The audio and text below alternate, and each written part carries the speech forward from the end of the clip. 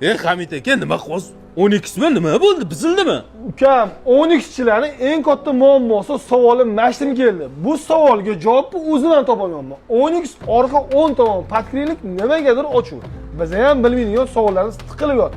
Internetga ham berdim, Google'ga ham berdim, lebo joyga beryapman. Menga cho'ta noto'g'ri ma'lumot berdi. Ularning ma'lumotiga ko'ra, bu yerda axlashdash sistema havo sirkulyatsiya bo'ladi, bak shlankasi o'tganni beradi. Lekin bak shlankasi u yoq tarafda-yu, bu yoqda emas. Ko'pchilik shu narsani so'rab bizani xit qildi. Mana shu tomonga podkrinlik qildirish kerakmi, o'zi qildirish kerak emasmi? Lekin aslida zavod ham ahmoq emas-ku. 10x bilan Monzida xuddi shu muammo.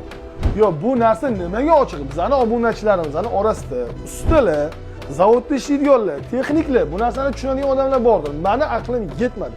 Agar bilsanglar shu narsa to'g'risida kommentariyada ma'lumot berib ketinglar. Bu yerga podkrinlik yasatganimiz yaxshimi yoki yaxshi emasmi? O'zi bu narsa nima uchun qoldirilgan? Zavod standartlar bo'yicha ishlab chiqariladi-yu, zavodda bu narsa uchun javobi bo'lsa kerak.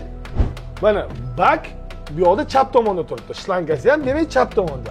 A bot polностью podkrinlik bilan birga qoplangan.